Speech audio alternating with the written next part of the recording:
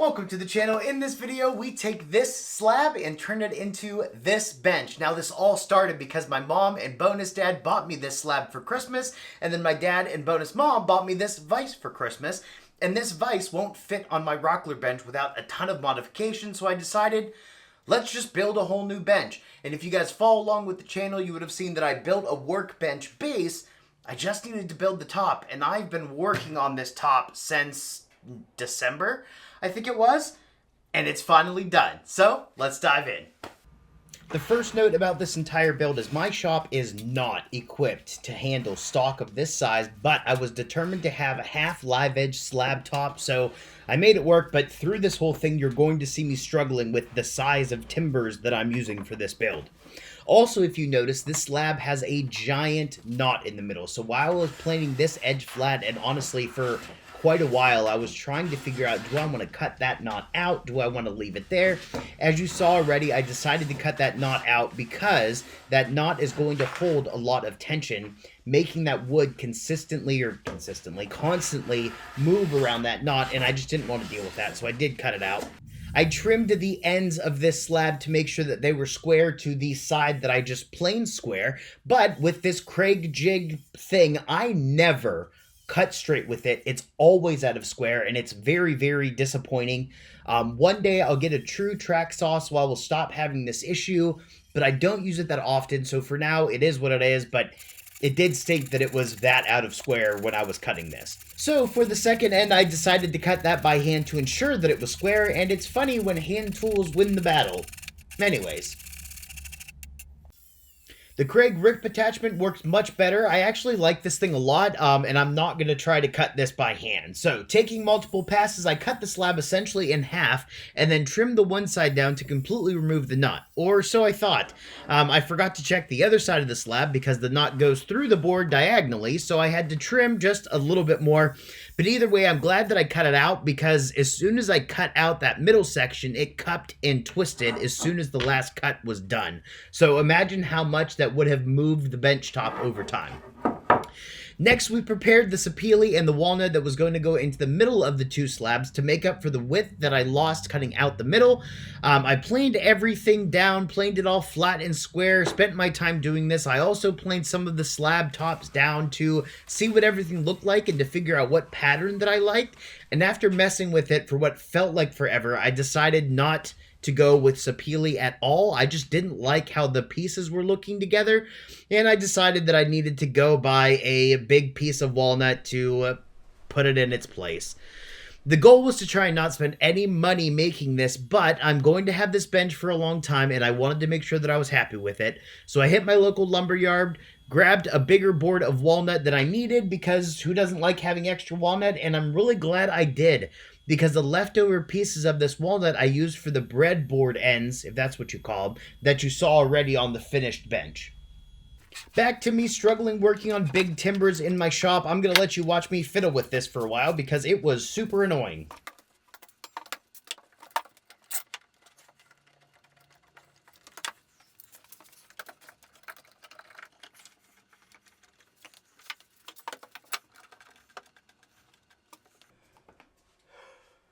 While working on the bench top, I realized that I needed a true jointer. The one that I made just wasn't cutting it against this elm. I feel like the iron just was not holding an edge at all. Plus, I still needed to flatten the bottom again, and I just never got around to it. So Troy over at the Can I Have It Facebook group had one for sale, and he cut me an amazing deal. He hooked me up. It was a great price, so I pulled the trigger on it. And I gotta say that after using this Bevel Up number 7, I am obsessed with it. Specifically with the coarse-toothed iron in this plane, it's amazing. Makes flattening, squaring, whatever so fast that I will forever shout praises to this combination because it's awesome. So if you have a Bevel Up jointer, get a coarse-toothed iron, put it in there, thank me later. With everything flat and square, we were ready for glue up, and I decided to use dowels to help with alignment. This is something that I have not done in a long time, so it truly made me nervous that I was going to completely mess it up. Plus, I have this really cheap jig that I think was like $15 on Amazon back when I bought it, and I've used it maybe 2 times, so I was sweating during this process, but it all worked out. and all of the holes lined up. The dowels fit really well. Honestly, this is probably the only thing that truly went to plan during this entire build. Just an update. I've been working on this bench since December. It's now March 2nd. I'm going to keep trucking. My shop is still an absolute disaster until this is done, because I have to shift things around, and I can't shift things around until I move this bench and put this bench in its place, but we're getting there.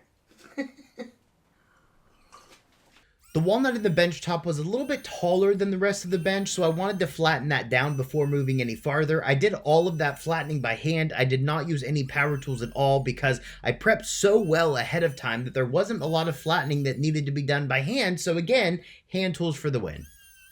Okay, well, I lied. The camera caught me, and I made the bench top worse than it was before. I haven't used an electric planer in a long time, but I definitely messed it up.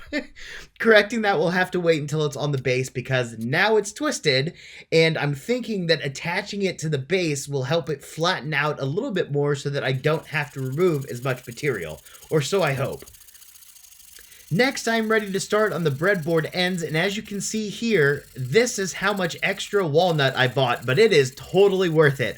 I cut everything down to size, and then dove into the joint. If there's one thing that I love the most about woodworking, it's cutting joints by hand, and these I truly did do by hand because it is my favorite thing. I also got gifted this skew rabbet plane, and I wanted to put it to use, so I got a lot of practice with it in cutting both ends of this, and I love this plane. It is a lot of fun to use, and it did really well across the grain. I should note that because the bench top wasn't flat, the depth stop wasn't referencing correctly, so I needed to flatten that section of the top to ensure that it was referencing evenly to get a flat cut. The tooth iron again made this quick, and I was back to rabbiting. After some cleanup with the shoulder plane, I was ready to work on the walnut. The layout of this was really easy because I have way too many marking gauges. I have 2 from Hamilton Toolworks, I have 2 from Honeybrook Tools, I have 1 from Grumpy Gnome, and I have another one from Veritas. Yeah, I think it's an obsession, but I always find myself using a lot of them in all of my projects, and it's really nice to have so many because you can set them and leave them set until the project is done, but I will say that I do think 6 is a little bit excessive. Whenever I chisel along the grain like this, I like to do a little challenge or a little game with myself to see if I can get a consistent string of wood out of the gauge line. And I did for the first one. For the second one I didn't, but oh well. Now, I know people like to beat up on gent saws, but for this application, it was perfect. I was using the saw to create a curve down to the depth line. Any other normal Western-style saw wouldn't be able to because the handle would get in the way. With the gent saw, you don't have that issue. You can cut to almost the full depth of the plate, so having a gent saw on hand is really handy. Especially for a joint like this. I didn't want to chisel the waste away without a kerf because I didn't want to blow out one of the sidewalls and have to start all over. So that kerf gives me the freedom to chisel away, and I for sure chiseled away. It was a blast.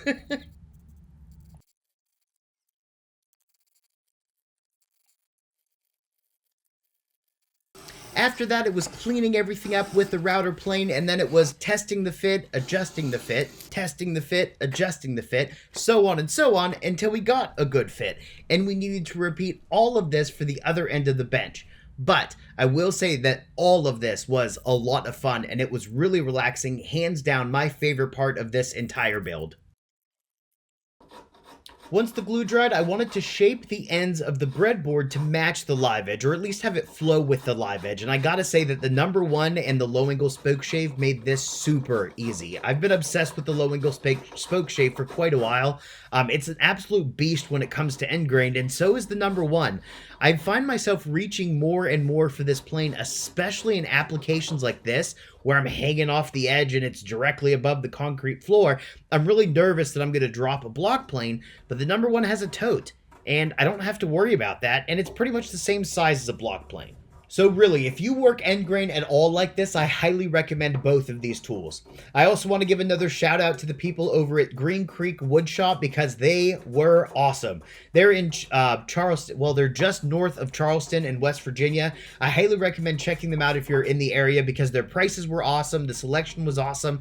They can cut whatever you need. They can plane it down. They can do all kinds of stuff. I think they even do epoxy stuff as well. But really, they were just great people. I did do a short video on their shop if you wanted to see that. On that note, I also want to mention, because this always seems to come up, that I don't take cash from companies. A lot of YouTubers out there get paid a ton of money to say good things about companies, and I won't be one of them. Some of them led me astray when I first started woodworking, and I don't want to do that to you. So if you ever hear me shout out a tool, company, or a person, it's because I like them. And you're always going to get my honest opinion on stuff because not everything in this world is about money. Okay, back to the build. Here are the final results of the shaping, and I have to say that I'm really happy with how this came out. Next is working on the entire reason I started this bench build, the H&T Gordon vise. I can't even honestly express how excited I am about this vise because I've wanted one for so long. It is a non-racking vise that holds pieces super well, and it is a very easy to install. So this is what I would consider a vise for life, which is something I'll talk about more in a second. Now, if you remember, I messed up flattening this bench with the power planer, so even the underside is out of flat, and I need a flat reference area to add a spacer block that the vise can sit on, and again, the bevel up number 7 with the toothed iron saved the day. Now, back to the vise. I call this a forever vise because it is very easy to install, which means it's very easy to uninstall. And if I wanted to, I could move it to a different bench if I ever build another one. It's also easy to move around or make adjustments if you need to. Some vises require these big holes to be drilled out and specific alignments and spacers and all this kind of stuff. With the H&T, that's not the case. You have a spacer so that way it matches the top of the bench, you attach it to the underside, and you're done. And for the non-racking part, this truly is non-racking. I tested it out at my friend's house. You can clamp on the far outside and have zero issues. And after working on my old bench for so long, I can't tell you how amazing this is going to be. That's something when you clamp it down, it just stays put. The old vices would rack like crazy. They needed a vice rack stop. The jaws would come loose. They would shift. They would rack. They were just a pain to deal with. So in my opinion, this is one of the best upgrades that you can make to your bench. Now, I will note that H&T Gordon is out of Australia, but if you are here in the States, Heartwood Tools sell these vices, so you don't have to pay the international shipping. And Leslie, the owner, is just a fantastic person, and I recommend her company a lot. For the placement of this vise, I should probably add this in here because these vices are face vices, but I am putting it on the end. And the reason I'm doing that is because the large majority of my woodworking occurs right here on the end of the bench. And I know that that's not normal. Most people do work off their face vise, but for whatever reason, I've adapted myself to working on the end, so the vices go in here. As you see, I'm not going into detail with how to install this vise. I am going to make it a separate video because I'd much rather spend my time convincing you to buy this vise so you can all yell at me in the comments for making a dent in your wallet. Now it's time to get the bench base in its new home, and I fussed around with this for way too long. The issue that I'm running into is there is a floor drain right where I put my bench, and that makes the floor way out of level. I tried using some of these blue fitness mats to see if that would help level it out a bit and maybe help it stay in place, but the mats ended up sliding on the floor more, making the bench easier to slide around. So I fussed around with it for a little bit more, and I just decided to add some leveling blocks and bolt those blocks to the floor. And yes, by the time I got to this point, I was grumpy, so I didn't record it. And you can tell by the bolting job that I was just grumpy because yes, those are nuts on the screws because I didn't have a concrete bit long enough for the concrete screws that I had. But either way, the bench is solid. It's not going anywhere. We'll see how I feel in a year about bolting it to the floor, but right now I am very happy about it. Attaching the top was really easy. For this, I drilled holes and then I countersunk those holes about 1/2 inch because the screws that I have weren't long enough to go through the crossbars and into the top of the workbench enough. I did make a mistake on my measurements and I thought the H&T vise was going to be able to clear the base of the workbench, but no. It's maybe like a 1/4 inch. What I wanted was for the H&T vise to be closer to the supports of the legs, because that's, again, my main workstation. So I wanted it to have the most support, but it's close enough. There is going to be enough support. It's just not what I had planned out. Another thing not planned was how out of flat the workbench top was because of that pesky power planer. So now I had to spend a lot of time flattening this. The tooth iron again in the number 7. I went across the grain, with the grain, against the grain, across the grain, over and over and over again. And that really did speed up the process, but it still took way longer than I wanted it to. But it is now flat enough. It's not perfect, but it's good enough for now because I do have a feeling that this bench top is going to continue to move a little bit more. And I also have never worked with a perfectly flat workbench top, so I'm kind of used to this. I then applied 1 coat of oil. I'm going to add some shellac later, but the oil I use needs about 8 hours to sit before applying shellac, so I figured 1 coat now, and then I will work on the Wilton vise. Now, this vise has some rough edges, so I needed to file those off, clean up some rust, and add a coat of oil. I don't think I said this in the video, but I'm keeping the Rockler bench as my metalworking bench, glue station, slop station, basically. Anything that's going to create that black gunk on the bench is going to be on the Rockler bench because I already messed that one up, and I want to try to keep the elm bench free of that gunk. I am going to dig it up, and trust me, I'm going to use the heck out of that bench, but I just want to try to keep the black crap off of there, if that makes sense. Moving into the vise install, I realized that I made another planning error, and I'm really not sure how I messed this one up because it was pretty far off. So the plan was for the Wilton vise to attach to the workbench base. But when I moved it over there, I realized how low from the top of the workbench that vise would sit, and that's not going to work out right. For me to put it where I'm thinking, I would have basically needed to cut that section of the base out, and I definitely don't want to do that. So luckily I had just enough space on the outside of the bench for the vise to sit. I just needed to cut out a little corner of the walnut. If I do decide to change vises later, I can always glue a little piece back in there. I kind of want to see how this one does first to see if I need a different one. I have heard good things about Wilton vises, but what's not good about it is how annoying this vise was to install. I don't know if it's because I went from the super easy H&T vise to this, but I didn't film the process because that's how mad it was making me. If I would have known that I couldn't attach it to the workbench base, I would have attached it to the top before installing the top on the base because that would have been so much easier. But anyways, it all worked out. It did just require all of these tools for this one vise. I then took some glamour shots of the bench thinking that I was done, and then I realized I completely forgot about dog holes. For laying everything out, I basically just mimicked the Rockler bench. I was going to make a jig and do all this fancy stuff, but I figured out that it was a waste of time because I don't drill dog holes, ever. This is my first time ever doing it, so making a whole jig and everything was going to be a waste of time. So basically, I just used a combination of tools to lay everything out, and even with all of those tools, I still made a mistake. And it is a mistake that I always make. I hope to one day break the habit, but it's a mistake that I make all the time. So the square that I used, the top measurement goes all the way from the outside of the ruler to the outside of the ruler. The bottom measurement goes from the inside of the square to the outside of the ruler. I should have measured from the bottom, but I measured from the top, so I was an inch off. I was trying to inset these dog holes far enough in that I wouldn't have to drill into the supports, but I already marked all of my all holes. So I ended up needing to drill into the base by about a 1/4 inch, which caused a lot of issues later because the bit started to tilt when it contacted the base. I might come back later and try to drill these out with a Forstner bit. I'm thinking I'd be able to drill that one straight down versus this wood owl bit.